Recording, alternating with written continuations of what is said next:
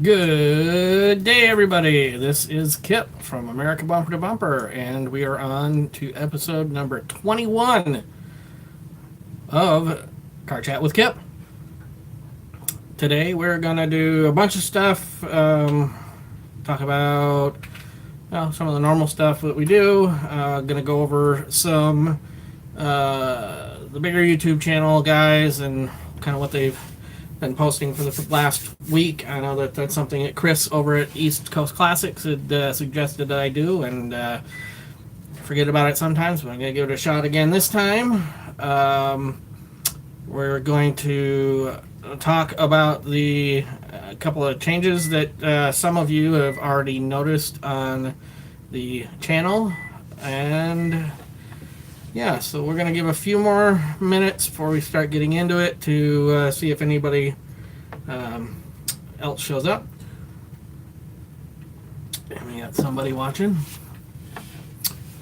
And have another minute or so for anybody else to join in, and we'll get things going. Because a lot of times I'll just jump into things and I realize that I probably should wait. Anyways. Official sup, guys. What you drinking? I am drinking a Sam Adams. I know it might be backwards for you guys, but I'm a Boston Lager fan. I really like Sam's. Don't drink very often, but figure what the hell tonight. You got Sam Adams fan as well?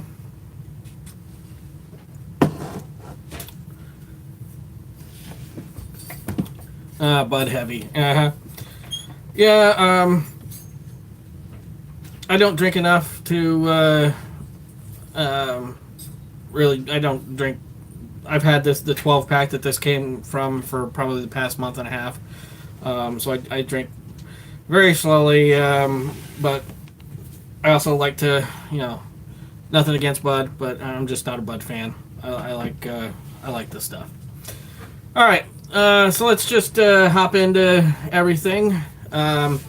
First off, we have to say a very big gracias to Toyota of Mexico for giving us the first pictures of the new Supra. Turn you guys around. In case you guys haven't seen it yet, there. And this was from Toyota Mexico's Twitter account.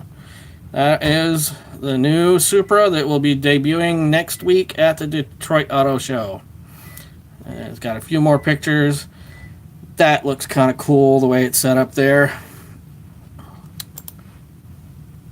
Nice roller. The other side of the car. And the back. Now I gotta say, again, granted I haven't seen it in person, but the pictures, I'm not a big fan of the duckbill in the back there. Just looks really out of place to me, but again, to each their own. But overall, I don't think it's a bad looking car. You guys, let me know what you guys think. I think it's well, of course, they haven't officially said what the pricing's going to be on that, but you can imagine that it's probably not going to start for anything lower than 30 grand, because you don't want to steal too many sales away from the was it E80 A86 E86, I can't remember, whatever the FRS, the Scion FRS became AE86. I don't know. Anyways, not a big deal. Big news for anybody that doesn't know is the Supra is mostly a BMW. Engine, transmission, body, everything is done by BMW, which they know how to make decent inline six cars. The computers are completely programmed by Toyota engineers, from what I read, so it will feel a little bit different than the Z4 counterpart from BMW. But again, time will tell. We'll see how that thing does in the marketplace. Yeah. Well, the thing about the Toyota reliability, though, is the fact that it's not really Toyota. I mean, it's a BMW through and through, other than some computer stuff. Again, from what I've read, maybe we'll learn more. Initially, the first engine that's coming in is a BMW engine. There are reports that they're going to be doing a few other engines in there that will be Toyota. Again, time will tell, and we'll have to see how that is going to hold out. This next story comes from the Roadshow. This is we're talking about the Nissan Frontier. Apparently, in the next year or two, we will be getting a next generation Nissan Frontier. The current Frontier has been with us since 2005. 14 years in truck years that's a long time, especially with the amount of progress, technology wise that cars have nowadays. I mean, they are really lagging behind, especially now with the new Ranger coming out, with the Jeep that will be out.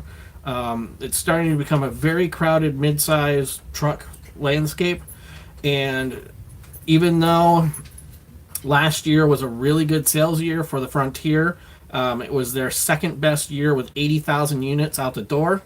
That's still, they're going to see a real hit, because these cars don't have the technology like Android Autoplay,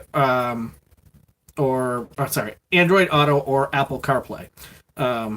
Plus, their towing and payload capacities are way under what the current, mid-sized trucks have. So this is definitely going to be a much-needed thing if Nissan wants to continue to survive in the mid-sized truck arena. Going on with truck news. The next generation Ford Ranger will have a Raptor variant, according to reports. This came from a Roadshow as well. The Ranger that we're getting right now has actually been on the global market since 2011. So again, that's a fairly old vehicle. But for us, since we haven't had one since 2008, I think it is, something like that. We're happy to have that midsize. But the new truck, which Ford has codenamed as P703, engineers who have worked on that new chassis have started to put in their profiles that they've worked on, quote, a North American spec Ranger Raptor.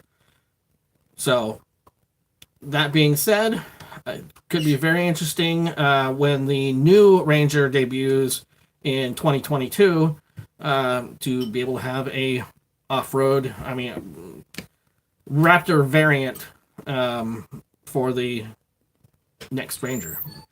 I think it is a smart move by Ford to bring out a Ranger Raptor. Hello. How are you? Good. Excellent. Is that a new truck? Yep. This is something that we aren't going to get in the U.S. right now. It won't be for a few more years. But this is the new Ford Ranger that we are going to get. This is the Raptor variant, so a more off-road capable. What do you think of it? I want my Jeep. It's not bad, but I want my Jeep. It kind of looks like all the other trucks that are out right now. Yeah, that's the thing again that I love about the Gladiator is, it does look like Jeep Wranglers, but it doesn't look like any other truck that's on the market. And so yeah. Bye. Thanks for stopping in. Come back anytime. Yeah. So We still are 3 years away, or 2.5 years away, if they debut it at an auto show. So it's going to be kind of interesting.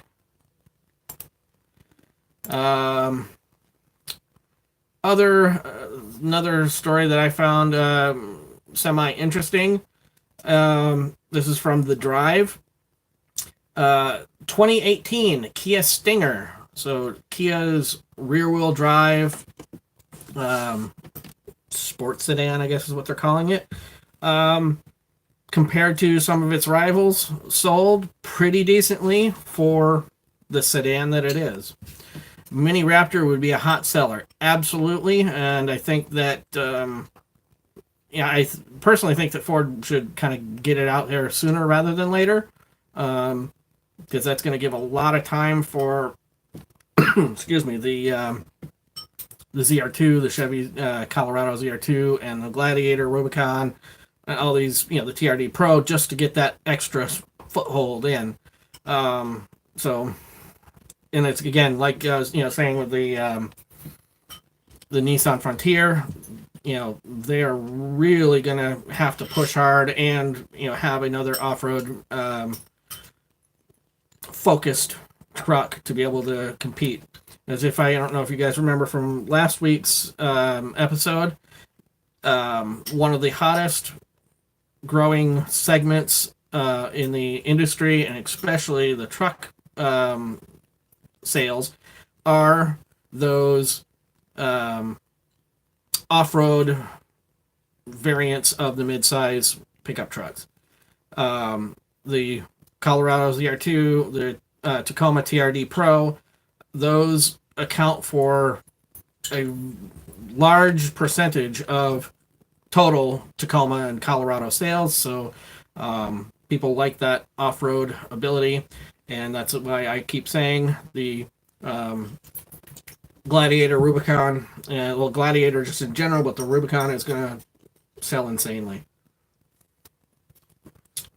Now, back to the Stinger. 2018 in total, it's the sold larger tires and lifts. Oh, yes. It sold 17,000 Stingers in 2018, which doesn't sound like anything too amazing, but considering it was the first full year of production for the Stinger, and that it's in an arena that's dominated by German manufacturers, that's pretty good sales. Just under 17,000, I should say. It's one of its main competitors, believe it or not, is the Audi A4 Sportback. That comes in at $45,000, and just for comparison, the A5 in general, total sales, they don't break out the difference between the coupe and the convertibles. They sold 26,000 A5s in 2018, so 9,000 behind on a car that's brand new from a company like Kia that doesn't have the same panache as Audi. That's really, really respectable sales. And also, to be able to get the Kia that starts at $33,000 for the much weaker 4-cylinder engine variant, not the, the twin turbo 365 horsepower V6 that the GT gets. But still, I mean, very, very good for Kia on rolling out there. Let's see what else. As far as four-door entry-level models, BMW in total sold just under 45,000 3 Series in the U.S. in 2018. Mercedes sold 55,000 of the C-Class sedans, coupes, and convertibles. So sedans aren't completely dead. It's just American sedans are completely dead. Even Acura and Infiniti sold, some pretty good numbers for, their similar sized cars at, under 31,000 and just under 35,000 respectively. So the upper price points for sports sedans aren't as bad as everyone else has had to deal with. Another report that I found, this is from Bloomberg, that richer Americans are skipping SUVs for station wagons.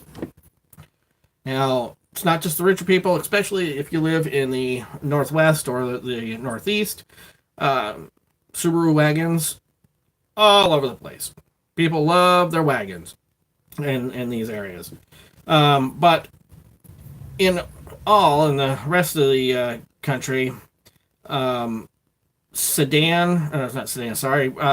sales have slowly, they haven't been increasing, but they're staying level, whereas regular car sales are taking a nosedive. And Bloomberg found out or studied this and found that because most of the cars that are being sold are pricier, and more rich individuals like to differentiate themselves from the pack of SUVs by having something that's a little bit different, and that would be the station wagon. Still get a lot of the capacity that you would with an SUV. A lot of these station wagons also come in all-wheel drive, so again, you don't have to worry about losing out on that. Still, they only account for about 2% of total U.S. auto sales, so it's still not, taking a huge increase in sales, but station wagon, but in the mad scramble to make and sell SUVs of all shapes and sizes, the sleepy old station wagon started to look like strategic white space. On paper, it's not as dramatically different from the so-called sport utility. Relatively, the wagon can haul about as much, closer to the ground, so it's better handling, less prone to tip-overs. And there's a lot of companies that have been coming out with some pretty good wagons. Volkswagen had their Golf Sport Wagon, 2015. Volvo's got a really nice looking V90. Even Porsche with the Panamera. I don't think they call it a wagon, but Porsche Panamera, they now have a wagon variant. GTS, maybe it's called. Let me see if I can find that real quick. No, not off top of this, but anyways, even Jaguar's got something similar coming out. Audi, BMW, and Mercedes has had them for a while. BMW, I do believe, just recently killed their 3 Series wagon, which is unfortunate because I think they had one of the best looking wagons. And one of the, interesting companies to profit from this is actually Buick. Buick and their Regal Tour X station wagon. I'm really hoping to get to the local Buick dealership here and take one of those out, because since they came out, I always liked the looks of them, but I have to see how that all works. Sales when the thing first came out were not that great, but according to this report, Touareg sales have increased steadily over the last year that it's been in dealerships. And the looks probably more than function is driving the new trend. Yeah, everything SUV-wise seems to be looking the same. And we're going to take a slight tangent now. I watched a video from Chevy Dude where he went to a neighboring dealership that had one of the new Chevy Blazers. I don't understand GM's thinking. Boston Auto Blog also did a comparison between the Equinox and the new Blazer, because they're very close to the same size. Definitely go over there and check that video out. But I just don't get it. I don't get, because they're the same size. The Equinox is a lot cheaper. Hey, Jason, how are you? Glad you stopped in. But and again, don't get the need for another nearly identical size wise, but GM's trying to do what they do best, is trying to make people happy. Anyways, so the Tour X has been selling a lot better, and it's selling to more affluent people who could easily afford the Enclave, which is the largest and most expensive of Buick's SUVs, but they are going with the station wagon because they want something that's a little different. All right. How many of you guys remember the Shelby GR1 concept car from back in the early 20s? Looks of the Blazer versus Equinox. Blazer should have been more Jeep-like. Absolutely. Definitely. I think that they missed an opportunity to take on Jeep. I think depending on how the new Bronco is, we talked about it before. I mean, they could have a possibility of playing with the Jeep in their own arena, but nobody else wants to take the chance. And I think it's a huge missed opportunity by Chevrolet, especially with a revered nameplate like the Blazer. Everyone loves, well, most people love the Blazer, especially, the older stuff. But, GM is what they do. All right. Back to the Shelby GR1 concept from the early 2000s. Put you a picture.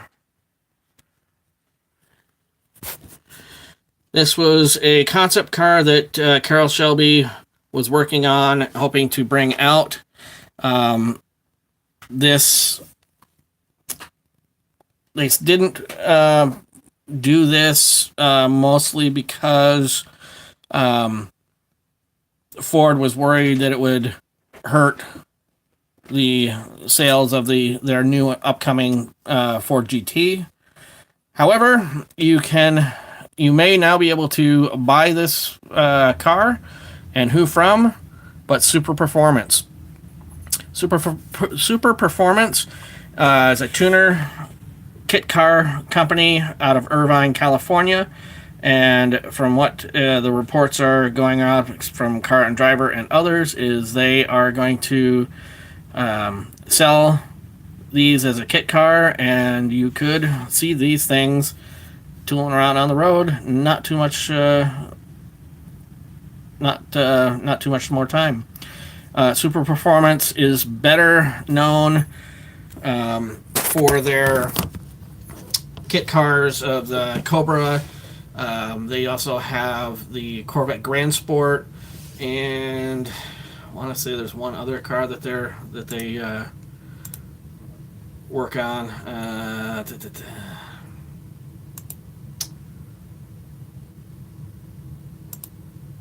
No, oh, here it is. They also do GT40. No. Alright, currently all of Super Performance products are indeed rooted in the 60s and currently include replica or continuations of the Shelby Cobra GT40, Shelby Cobra Daytona, Caterham, and the Corvette Grand Sport. Yep, so that's what they're working on right now, but you should in the near future be able to get the Shelby GR1. I think it's kind of cool, but I think it also is kind of a funky looking car.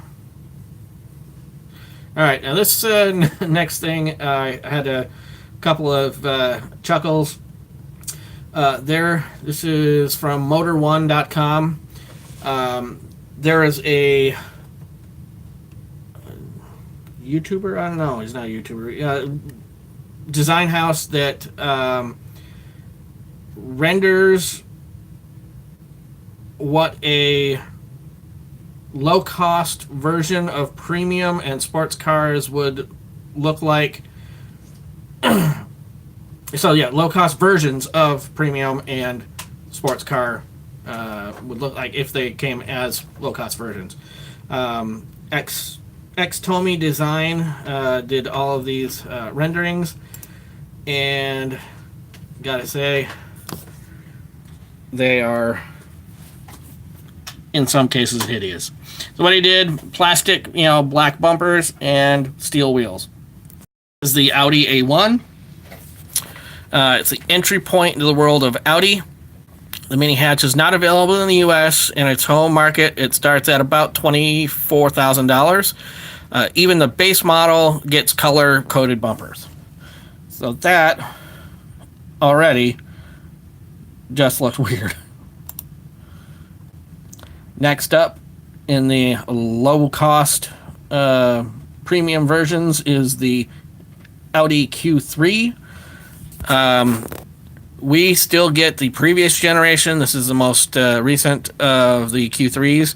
But Europe, you can buy a new one. Germany, it starts at around $38,000 and is the cheapest of Audi's crossovers. And even that gets alloy wheels and halogen headlights. I can promise you these do get a little bit better. Next is another Audi, the Q8. Again, steel wheels just make it look really, really weird. BMW X2. I can't see any BMW, going that low of, big old plastic bumper and side skirting. I do like the black steel wheels though.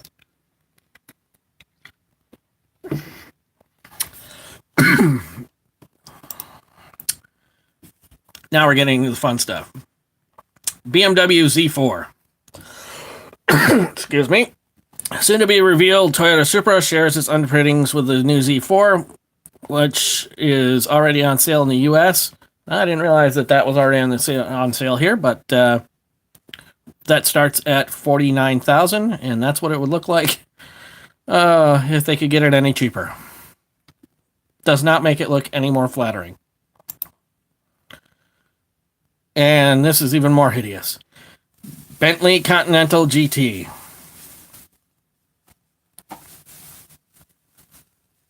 If you're going on paint, this is imagining that it had, plastic, cheaper plastic front bumpers and, steel wheels, and trying to make it as quote unquote cheap as possible. But not digging it. The Ferrari Portofino, which normally starts out about $250,000, is downright ugly. Plastic wheel covers would help that. Yeah, probably. I cannot imagine a Lamborghini Aventador SVJ with steel wheels on it. That doesn't look all that bad. The black. Well, the car always looks good in black regardless, but the Lamborghini Urus is another very oddball car to begin with, but with big plastic weird front end, just makes it look that much more. And yeah, not digging it. Well, I could almost see this. Porsche 911, bring back the 912 variant. Place it just a little bit cheaper than the 911. Give it very, very basic stuff. But then again, you'd be running into Cayman sales, so I'm sure that's why they don't do that. And I don't really see, the Range Rover, a Copo 911. Yeah. See, that is, going on that, Jason, that is something that I really do miss from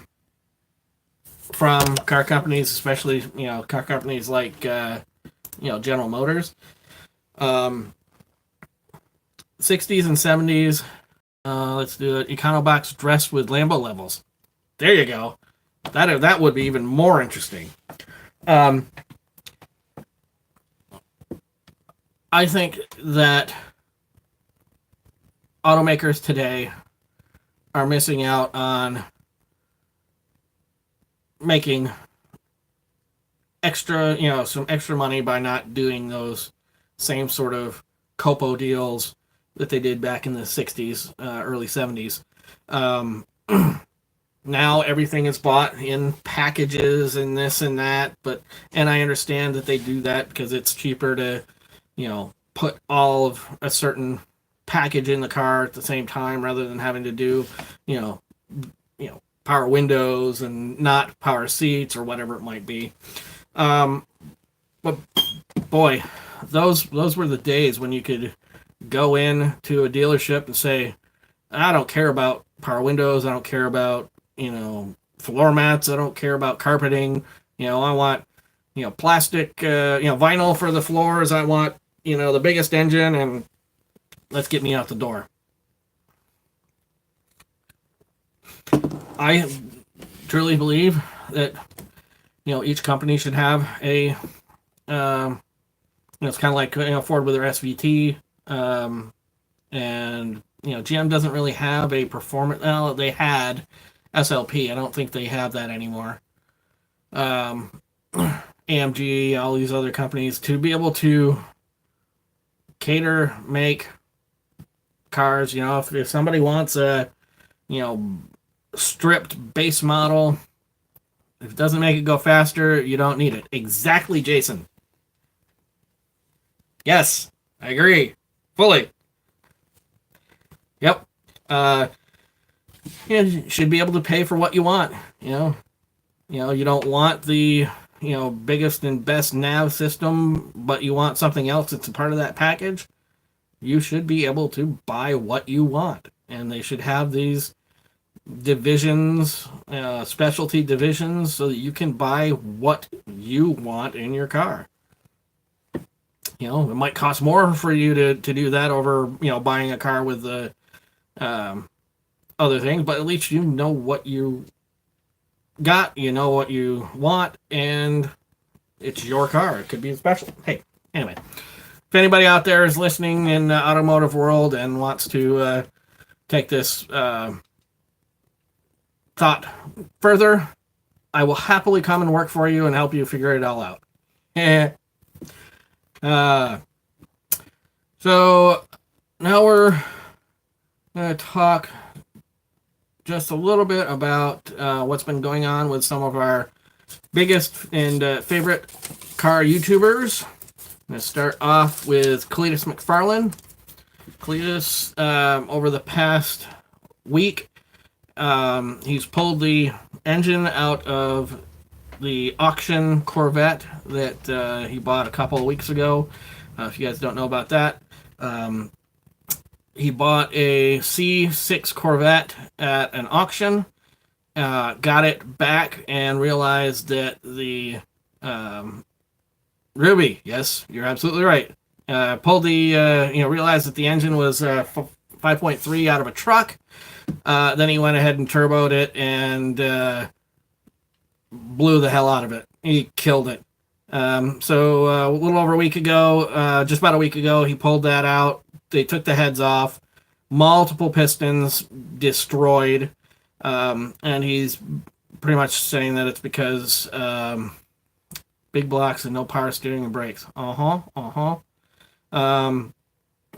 anyways, they pretty much figured that they put too much boost through the car, and that the rings they weren't gapped correctly, so the rings hit together and basically blew the engine apart.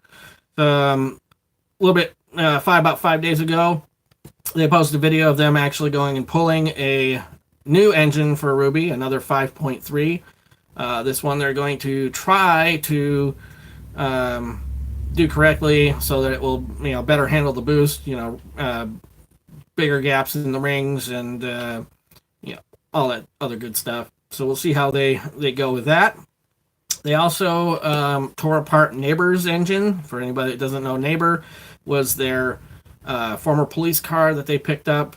They've had that car on the channel for, I think, well over a year, because I think they initially bought it for their neighbor, because he was a big fan of cars. But Ed, I believe his name was, passed away, and they're kind of keeping going with the car and a tribute to him.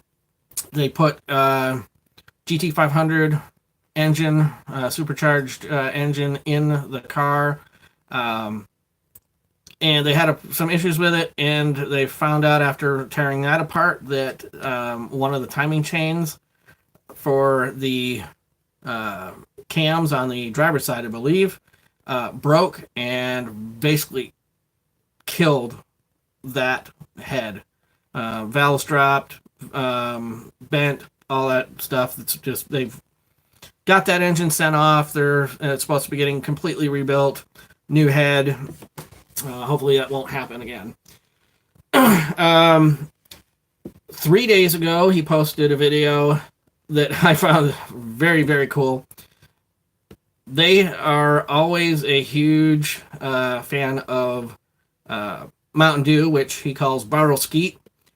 And Mountain Dew actually sent them a package that's got team jackets, kind of think what else was in there. A whole bunch of custom-made stickers, and they're going with the Bartle Skeet.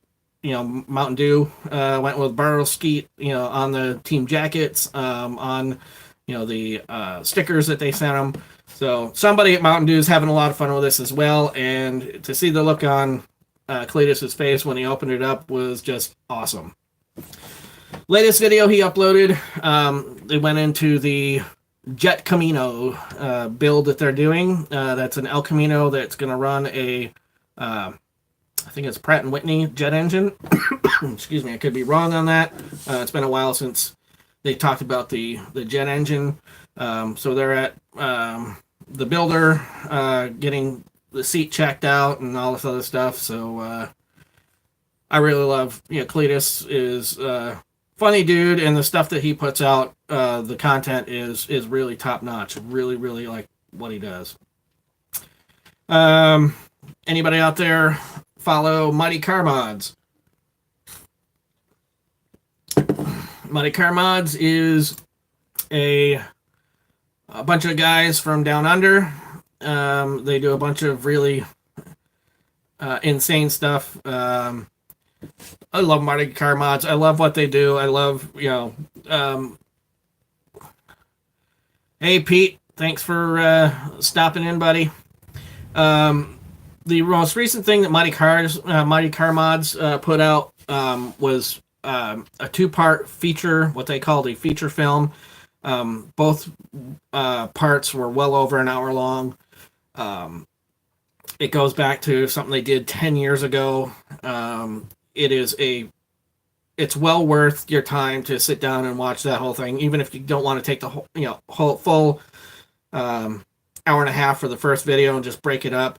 It is really a cool little video. They go to Japan. They pick up a car that Marty has wanted for about 10 years, and they drive across Japan to in this little car, and then go through all the problems that they have with trying to fix a 30-plus-year-old Nissan.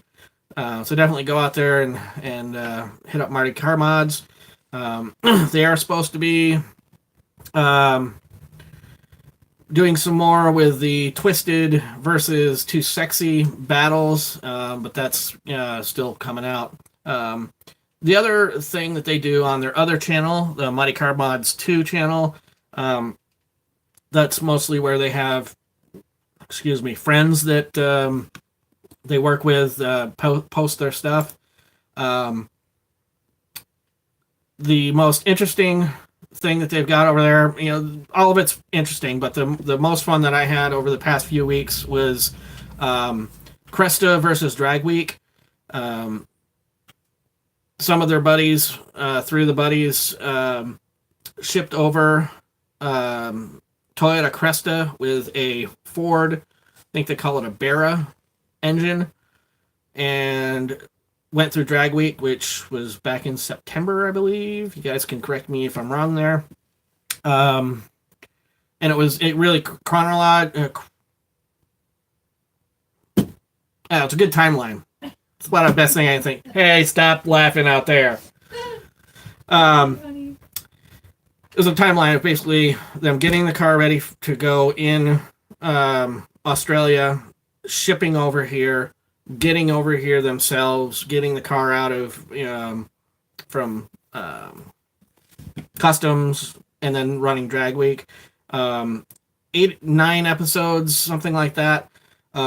If you guys want a really good idea of what Drag Week is like, check out those videos. They're really, really good. The other big YouTuber I'm going to talk about, well, I'm going to go with one other after this, is Street Speed 717, our friend from Pennsylvania. That's it. Chronological. Thank you. Oh, brain no worky well. And I haven't even had a full beer yet. Damn. Lightweight. Yeah. Lightweight. Yeah, lightweight. Yeah. I said that earlier. I bought a 12-pack of Sam's, a month and a half ago, and I still have like 4 or 5 left. I don't drink much, and yeah. Anyways, so Street Speed apparently has been on vacation for a while. Yeah, I think I'm gonna have to have a couple more. Maybe that'll kick in the old brain a bit. Street Speed was on vacation for a while. Newest video from when he's gotten back was about 4 days ago. And this is kind of a cool one for me because, I've been a sucker and bought in every time. He's going to give away, him and InShane Designs, they are modding and giving away another Corvette. This one is a 2019 Grand Sport. Car came black with black rims, but it's at InShane Designs right now getting a wrap. He's been there a couple times and has done black and white when he's there, so nobody can tell what the wrap is on the car, but they're also going to put Corsa exhaust on it. And then once it's all done, they are going to do another one of their, buy our products. And no, the wrap on the Corvette was not revealed today. Well, they made insinuations of what the color was, but they never actually showed it. So it's kind of clickbaity, like most of his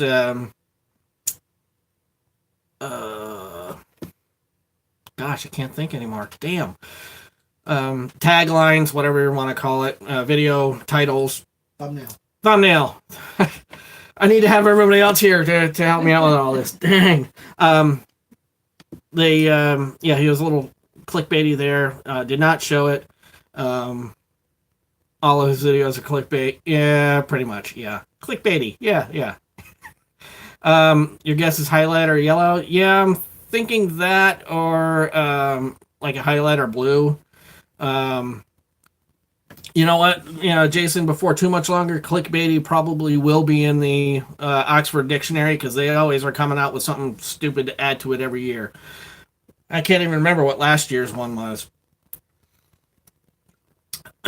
So, anyways, what? Was it Yeet? I think it was Yeet.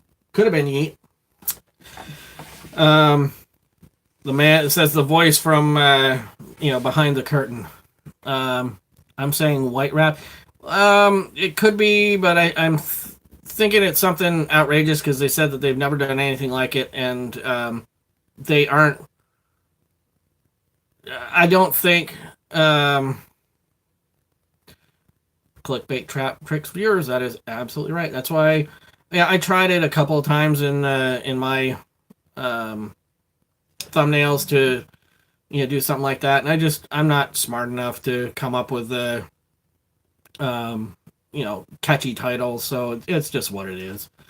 It's probably what hurts me a little bit with the views, but I'm not that smart.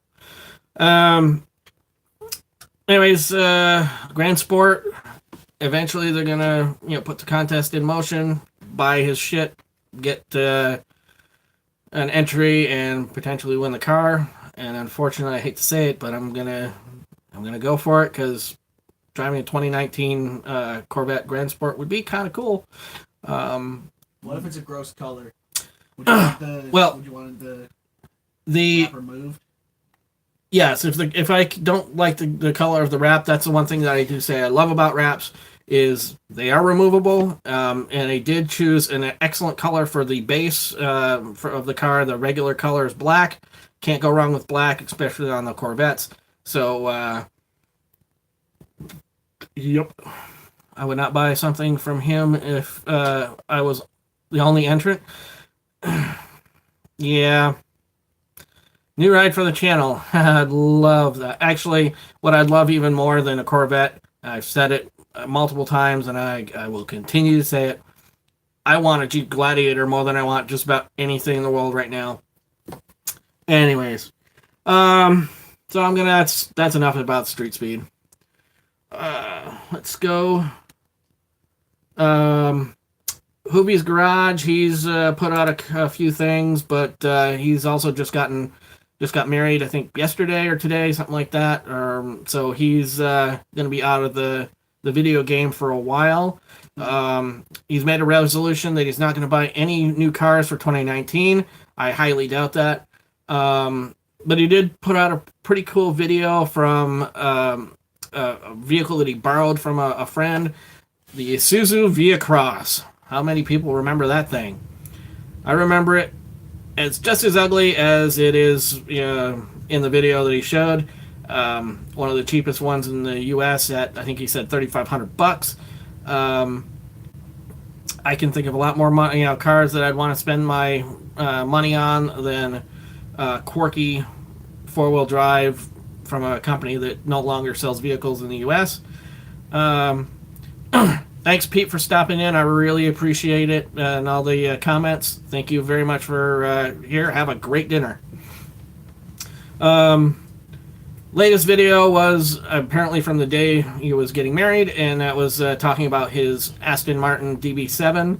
I think it's a pretty cool car, and I can't wait to learn more about it. Final guy is a smaller YouTuber. He's only got 25,000 subscribers. Is Watch JR Go.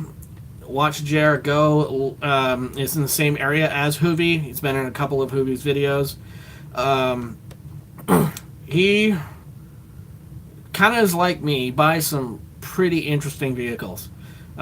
He bought a Ford EXP a couple of weeks back. If anybody doesn't know what an EXP is, that is a play on an Escort. It's a really kind of a coupe-ish, weird-looking Escort. Only 25,000. Only 25,000 what? Oh, subscribers. Yeah. But that's a lot less than anyone else that I talked about, so that's why I say only. Yeah, subs. Yeah, sorry, brain farts yet again. He also has got a Rampage that he bought from a guy who put Shelby Charger engine trans and body kit on, which is really kind of a cool thing. He even just got a Yukon, GMC Yukon XL. He bought for $300. He put a $53 part in. Now he's got a perfectly running, decent looking Yukon XL that I think he said he was going to sell it for, a bit of a profit. He also has some videos on a John Deere excavator, go-kart track that was closing down. He did a whole video from there. Pretty cool looking channel. Very interesting. Very informative, just like a lot of you guys are, especially you, Jason. You got some really good informational videos out there. That's why I love watching your channel. Alright, so final thing we're gonna talk about now is a few changes that some of you have already noticed on the channel. I put up a new promo video. I thank you guys all for the support in with that new video. I also have just started, and I finished editing earlier today. I was hoping to have it up before this, but wasn't quite rendered in time. I started a new series that I'm going to go to a friend of mine's used car dealership. He's going to throw keys at me for some car, and I'm just going to go through and just talk about what the car is, all the nice features about it, and how well it stood up for however many years it's been on this planet. First video is going to be of a 2011 Subaru Outback. That will be posted shortly after we get done here. Be sure to watch that video because I also have a new intro logo thing that I'm trying out. So no more vroom vrooms, at least not for right now, but we'll see how you guys like that. And if you guys do, we'll pay the $7 to get rid of the preview watermark on it and go with it. So you guys make sure to watch that and see. Tell me what you think, please. I'm trying to do whatever I can to get the channel moving forward. Speaking of, where are we sitting right now as far as subs and everything go? Get into the right page. Here's a question for you guys who have channels. Do you guys use the Studio Beta or do you guys like the Classic? Initially, I thought the Studio Beta for YouTube was kind of cool, but I'm not digging on it much. So I'm always going back to the the Classic. All right. Currently, we are sitting at 255. Yeah, still on Classic. Yeah, I never should have. I don't think I should have tried the Studio Beta until they forced it on us. 255 subs. I at one point earlier this week it was up to 257. So apparently the two people didn't like the lack of content, which I'm remedying with the new series. We've got 49,729 total channel views, and that's about it for us. We're doing well on the Instagram and Facebook. Hopefully get some new stuff on there.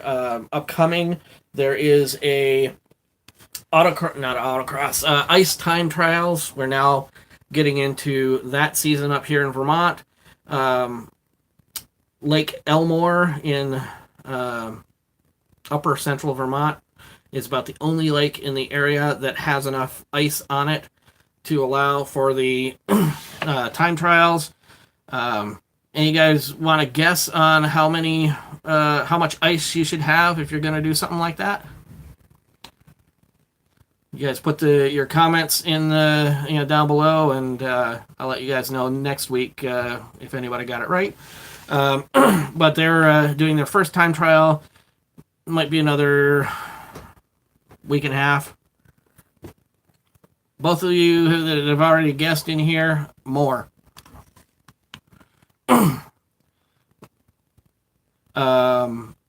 we're going to go and do some videos of the ice time trials, and so that'll be some more new content that we'll have pretty soon.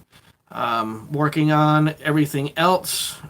Did not get anything back from the New England Auto Show as far as going as a media person, so doesn't look like I'll be going out there. Would love to get to New York City for the New York Auto Show in April, but don't know if that'll happen either. We'll have to just wait and see. All right. that's gonna do it for this round of Car Chat with Kip. Thank you everyone for stopping in and chatting and giving all those great comments. Very much appreciate everything that you guys do here. Have a day. Hopefully it's a good one.